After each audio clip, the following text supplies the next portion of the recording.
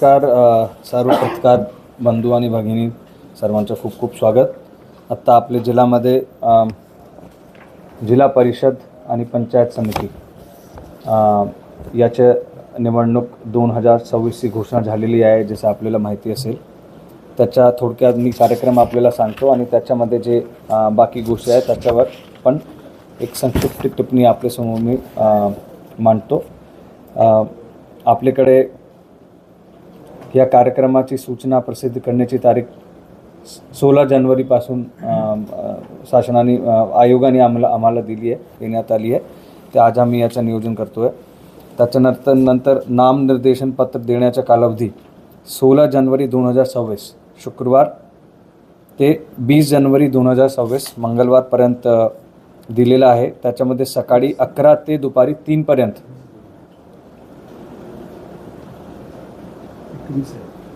21 जानेवारी बुधवार 21 जानेवारी बुधवार 2026 पर्यंत हे देण्यात आलेला आहे वेळ। आणि हे वेळ जे असणार ते आपला सकाळी 11 ते दुपारी 2 पर्यंत असणार। रविवारी दिनांक 18/1/2026 या रोजी सार्वजनिक सुट्टी असल्याने नामनिर्देशन पत्र देण्यात येणार नाही। नामनिर्देशन पत्र स्वीकारण्याची जी कालावधी आहे ते आपल्याकडे 16 जानेवारी 2026 ते 21 जानेवारी 2026 आहे।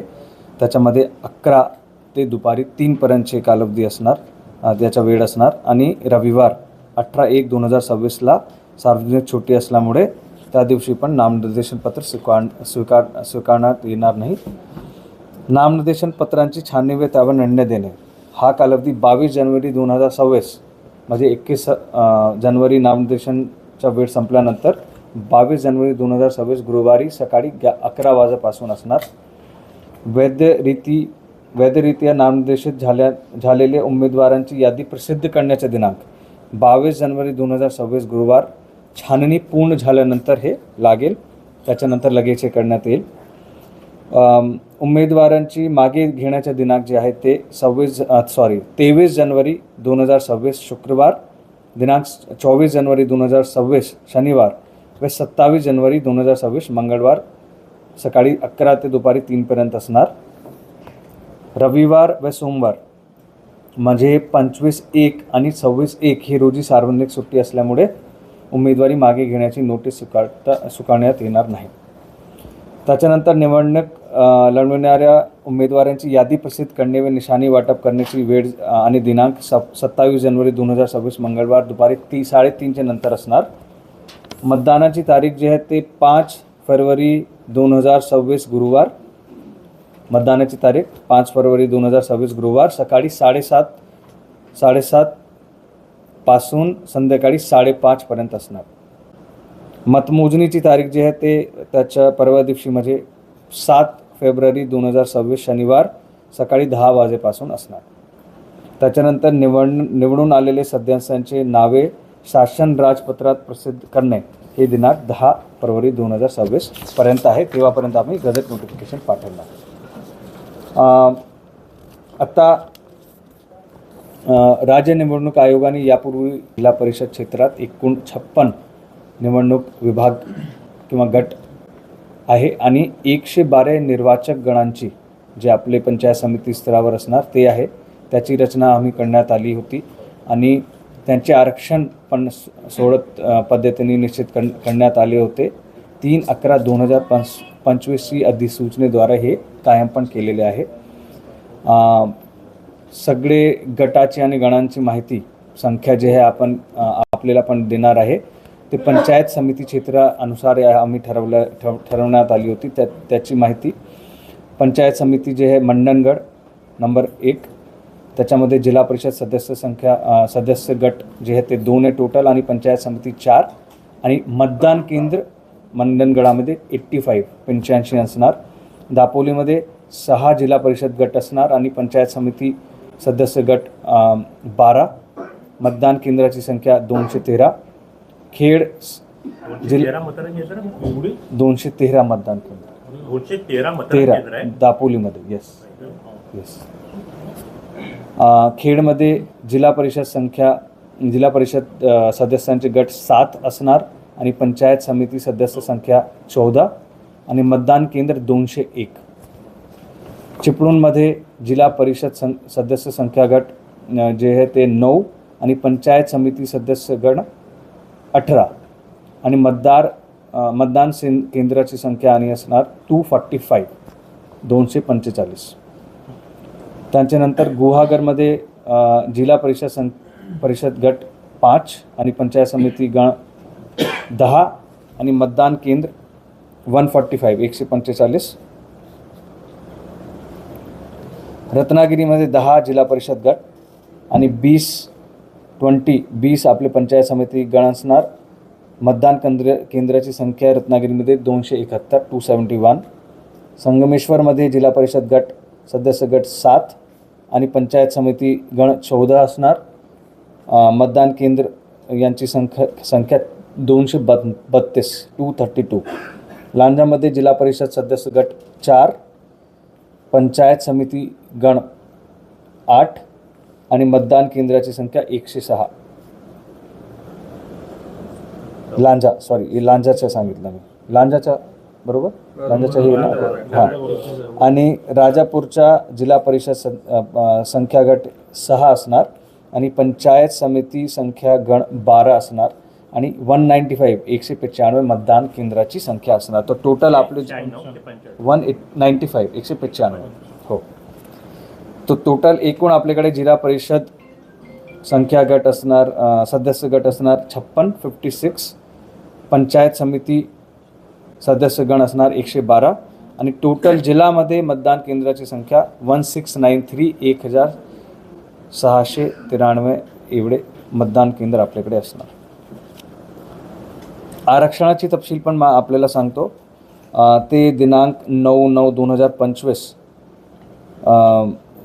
ग्रामविकास विभागाकडील जी अधिसूचना होती त्या अन्वये आम्ही याचे आरक्षणाचे प्रवर्ग निश्चित करण्यात आले होते. त्याच्यामध्ये आरक्षणा प्रवर्ग नागरिकांच्या मागास प्रवर्ग महिला हे ठरवून देण्यात आले होते. त्याच्यामध्ये पहिला जे प्रवर्ग आहे ते आहे नागरिकांच्या मागास वर्गाचा प्रवर्ग महिला, विमुक्त जाती व भटक्या जमातीसह हे दोन्ही मिळून हे आरक्षित झालेला पंचायत समिती जे आहे ते राजापूर आहे. नागरिकांच्या मागासवर्गीय प्रवर्ग विमुक्त जाती व भटक्या जमातीसह हे जे आहे ते दापोली आहे, दापोली पंचायत समिती. सर्वसाधारण महिलांसाठी प्रवर्ग जे आहे ते टोटल 4 आपल्याकडे हे आरक्षित आहे. मंडणगड, खेड, संगमेश्वर आणि लांजा.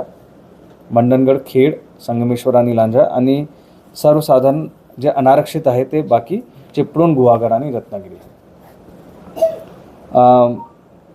आपण राज्य निवडणूक आयोगाच्या निर्देशानुसार आपण विशेष मतदान केंद्र पण स्थापित करणार आहे.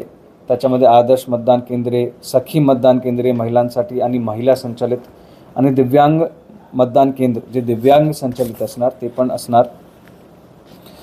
सर्व मतदान केंद्राची तपासणी करण्यात आली असून अशोर्ड मिनिमम फॅसिलिटीज त्याची पण खात्री आम्ही करण्यात आली आहे. आता मतदानाचा पूर्व इतिहास विचारात घेऊन संवेदनशील मतदान केंद्रे निश्चित आपण करणार आहे आणि त्याच्यामध्ये विशेष पोलीस बंदोबस्त, वेबकास्टिंग याची पण सुविधा असणार आहे. जिथे शक्य नाही तिथे CCTVची व्यवस्था आपण करणार आहे. संवेदनशील पोलीस खात्याकडनं सांगणार येणार की तुम्ही काय फायनल केले संवेदनशील मतदान केंद्र जिल्ह्यात ते आपण फायनल करतोय. याच्यामध्ये माननीय जिल्हाधिकारी महोदय, निवडणूक निर्णय अधिकारी, पोलीस अधीक्षक यांची विधानसभेची घेतली मागच्या वर्षीच्या 1/7/2025 ची जी यादी आहे ती निवडणूक त्याच्यात वाढीव आहेत मतदारांची संख्या किंवा काय असते? नाही 1/7 जी फ्रीज झाली राज्य निवडणूक आयोगाची यादी, ती यादी म्हणजे कंपेअर टू विधानसभा नाही. मुळात काय होतं की कुठल्याही लोकसभेला पण मतदार यादी तयार होत नाही किंवा कुठल्याही स्थानिक स्वराज्य संस्थेला मतदार यादी तयार होत नाही.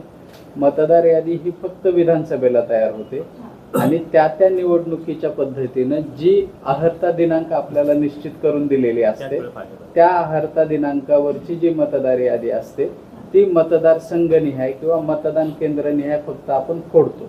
त्याच्यामध्ये कुठलंही ॲडिशन किंवा कुठलंही डिलिशन होत नाही.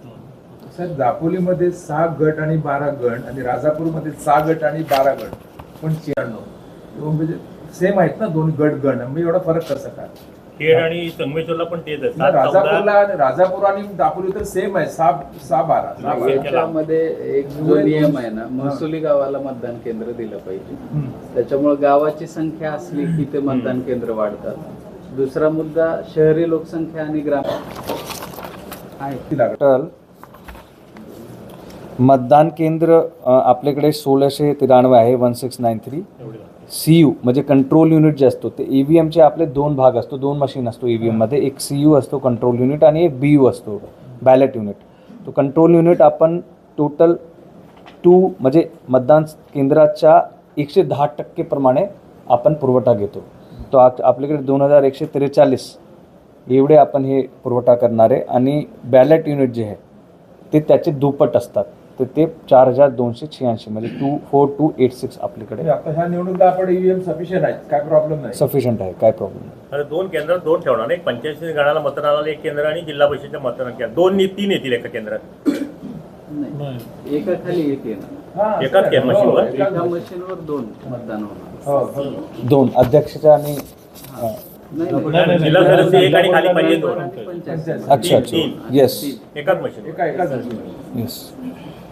सर, सातत्याने दुबार मतदारांबद्दल ऐकायला येत होतं, आपल्याकडे त्याचं काय आहे? हे दुबार मतदान म्हणजे डबल नाव. म्हणजे डबल नावं आहेत किंवा मयत आहेत तरी त्यांची नावं आहेत? नाही आपल्याकडे असं नाही आहे. आपल्याकडे टोटल जे सगळी जे राज्य निवडणूक आयोगाने अधिसूचित जे आपल्याकडे मतदार यादी केली आहे ते आपण 1/7/2025 जसं आम्ही सांगितलं त्याप्रमाणे आणि आम्ही ते पकडली आणि त्याचेप्रमाणे आपण ते पुढे त्याच्यामध्ये मतदार जे असतात ते मतदान 11,73,000 वर आहेत ना ते? 11 लाख. हा आकडा जो फायनल आता हो. म्हणजे हा 1/7/25च्या अनुषंगाने आकडेवारी काढलेली आहे.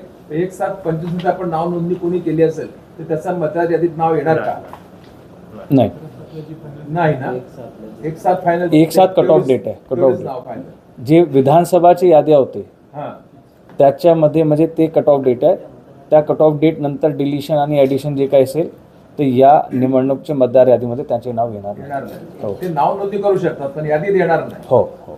नाव नोंदणी तुम्ही आता पण करू शकता ओके. यादीत पण नाही. यादीत येणार नाही. कसं 1/7 म्हणजे जुलै आणि जानेवारी निवडणूक होती, मध्ये बराच पिरियड गेला असं वाटत नाही जिल्हाधिकारी? नाही ते आता राज्य निवडणूक आयोग यादी फायनल केली त्यांच्या आता त्याच्यानंतर नाही. 6 महिने गेले सर मध्ये. ते पॉलिसी एक ते पॉलिसी कॉल असतो ते पॉलिसी कॉल आहे त्या मतदारांची संख्या आपल्याला कळते, कारण गेल्या वेळेला मिळाली नव्हती, तर या ह्याच्यामध्ये वयोगट निहाय असणार आहे का? कशी आम्हाला मिळणार आहे का? ते आपण देतो त्यांना. स्त्री पुरुष दिली आम्ही तुम्हाला दिला एक नोट त्याच्यामध्ये पंचायत निहाय पण आपण तुम्हाला माहिती दिली आणि पुरुष आणि स्त्रीच्या पण माहिती दिली. पुरुष स्त्री फक्त नवमतदार. नवमतदार ते असते का आपल्याकडे माहिती आणि करून आपण मतदाराची संकल्पना काय सांगाली? हे नवीन लोकांनी किती वय आहे? 19-20 वर्ष आता त्यांनी नोंदणी केली जुलै 21ला. त्याचं नाव असे यंग जे असतात ना ते मला माहिती नाही म्हणून विचारतो. पहिल्यांदा मतदान करणार. किशोर आता पहिल्यांदा करणार आहे. असं तुम्ही सॉर्ट आउट करा आणि द्या त्यांना. शिरगावला नाव येते नेमकं सिस्टम काय साहेब, काय पद्धत आहे ते एकदा आपल्याला समजू दे मीडिया जरा. याच्यामध्ये त्याचे मास्टर्स तयार केले जातात. याच्यामध्ये जिल्हा परिषदची जी मतदार यादी तयार केली त्याच्यामध्ये 4 पद्धतीचे मास्टर तयार केले. पहिला विधानसभेचा, गटाचा आणि गणाचा. ते भरतेवेळी ते वाढवण्यासाठी आपण वेगवेगळे प्रकारचे प्रयत्न करणार आहे. त्याच्यामध्ये नंबर 1 आपले सगळ्यांचे आपल्याला सहकार लागणार आहे. कारण जेवढी प्रचार प्रसिद्धी आणि लोकांमध्ये जेवढी अवेअरनेस आपण वाढवू शकतो ते वाढवी ते लोक डेफिनेटली बाहेर येऊन मतदान करणार आहे. त्याचबरोबर आपले दुर्गम भागाचे जे मतदार आहे त्यांच्यापर्यंत पोहोचण्याचे आपण प्रयत्न करणार आहे. त्याच्यासाठी रेडिओ आपली सगळी हे प्रचार प्रसिद्धी रेडिओवर असेल, व्हॉट्सॲप मार्फत असेल, आपले वेगवेगळ्या ठिकाणी कार्यक्रम असतील जसे नुक्कड नाटक असतात, हे आपण स्वीपची ॲक्टिव्हिटीज करतो ते पण आपण करणार आहे. तसे वेगवेगळे प्रचार प्रसिद्धीचे मोहीम घेऊन आपण मॅक्सिमम टू मॅक्सिमम लोकांच्या मतदार संख्या वाढवण्याचे प्रयत्न करणार. आपण मागच्या आकडेवारी तहसीलदार आहे, दापोलीमध्ये उपविभागीय अधिकारी, खेडमध्ये उपविभागीय अधिकारी, चिपळूणमध्ये उपविभागीय अधिकारी, गुहागरमध्ये तहसीलदार गुहागर, रत्नागिरीमध्ये उपविभागीय अधिकारी, संगमेश्वरमध्ये जिल्हा पुनर्वसन अधिकारी आसावरी संसारे, लांजामध्ये तहसीलदार लांजा आणि राजापूरमध्ये उपविभागीय अधिकारी राजापूर. पण का असा बदल करण्याचं का अगोदर जरा इथे आहे ना. हो. मंडणगडमध्ये मतमोजणी आणि मतदान EVMचे साठवणूक कक्ष, पण ते दोन्ही एकी ठिकाणी आहे. मतमोजणी केंद्र ते हो, द्या. मतमोजणी. शासकीय औद्योगिक प्रशिक्षण संस्था मंडणगड, ITI. तालुका मंडणगड, RTI. तालुका दापोलीमध्ये सर विश्वेश्वरय्या सभागृह डॉक्टर बाळासाहेब सावंत कोकण कृषी विद्यापीठमध्ये आहे. खेडमध्ये क्रीडा संकुल इमारत जे आहे, तालुका क्रीडा संकुल, त्याच्यामध्ये आहे. चिपळूणमध्ये गुरु दक्षिणा सभागृह, United English medium school Chiplun इथे आहे. गुहागरमध्ये पाटपन्हाळे एज्युकेशन सोसायटी, कला वाणिज्य आणि विज्ञान महाविद्यालय पाटपन्हाळे गुहागर इथे आहे. रत्नागिरीमध्ये डॉक्टर बाबासाहेब आंबेडकर सामाजिक न्याय भवन जे आहे कुवारबागमध्ये. संगमेश्वरमध्ये आठले स्प्रे पित्रे महाविद्यालय देवरुख याचा सभागृह. लांजामध्ये जिल्हा परिषद प्राथमिक शाळा आहे, पूर्णची प्राथमिक शाळा लांजा नंबर 5. आणि राजापूरमध्ये आबासाहेब मराठे आर्ट्स व कॉमर्स कॉलेज हातीविले.